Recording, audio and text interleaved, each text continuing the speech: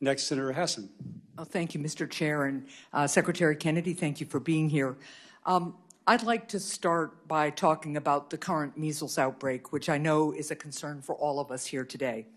2 children in Texas have tragically died from measles this year, the first children to die from measles in our country in more than 20 years. Measles is almost completely preventable with the measles vaccine. As you know, it's critical that families hear directly and clearly from healthcare leaders about how they can best protect their children. So, Mr. Secretary, I'd like to give you an opportunity to say clearly here today to any parents who are watching that the best way to protect their children from measles is to vaccinate them. Yeah, I've said that the best way to stop the spread of measles is through vaccination. But I would say this. We have handled this measles outbreak. We get a measles outbreak every year. We've handled this measles outbreak better than any other nation. What I was interested in, you can say, what I asked you to do was to say straight to the camera, as you did on social media, that it is your position that the best way for parents to prevent their kids from getting measles is to vaccinate them. And that is your statement today. I said that too. Right? All right. Well, that is great. Thank you. Now, you lead the nation's health department, so let me ask you a couple of questions. Do you think HHS should employ anyone who has endangered the health of children? No. You hired David Geier to lead autism research at HHS, an individual who fraudulently posed as a doctor and gave dangerous medications and medical tests to children with autism.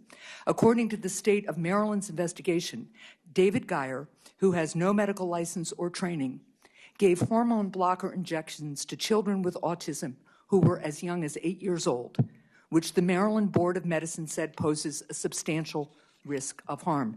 Secretary Kennedy, yes or no, will you fire David Geier? First of all, what you're saying is not true. And we did not hire David Geier to manage autism research at HHS.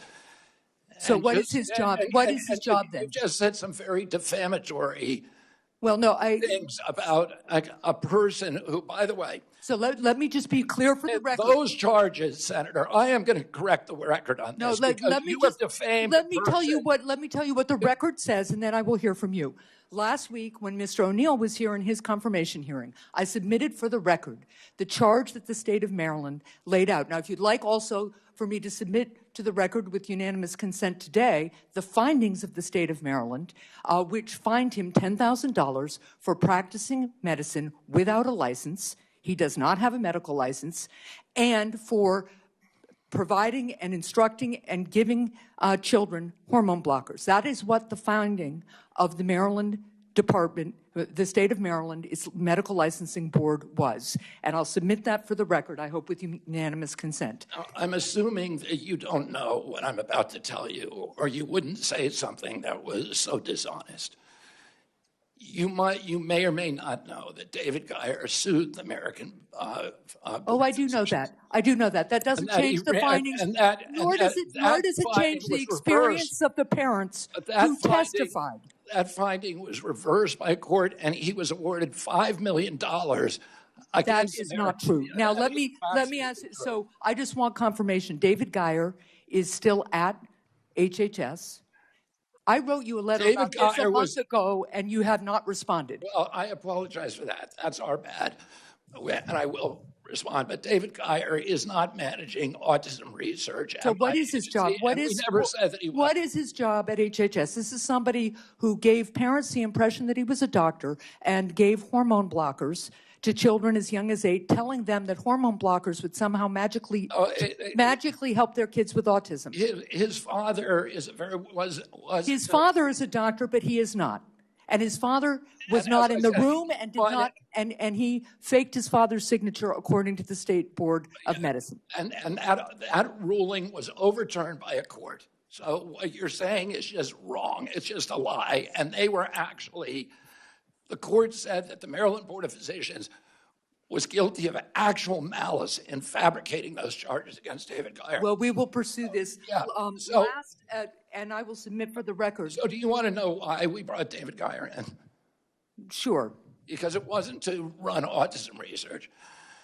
In 2002, the CDC runs a vaccine safety data link, which is supposed to be the vaccine information for the biggest HMOs that are supposed to allow CDC to have a surveillance system for vaccine injury. It's a backstop system. The CDC will not let any physicians in there to look at it or any scientists, independent scientists. He's neither a scientist nor a physician. Right.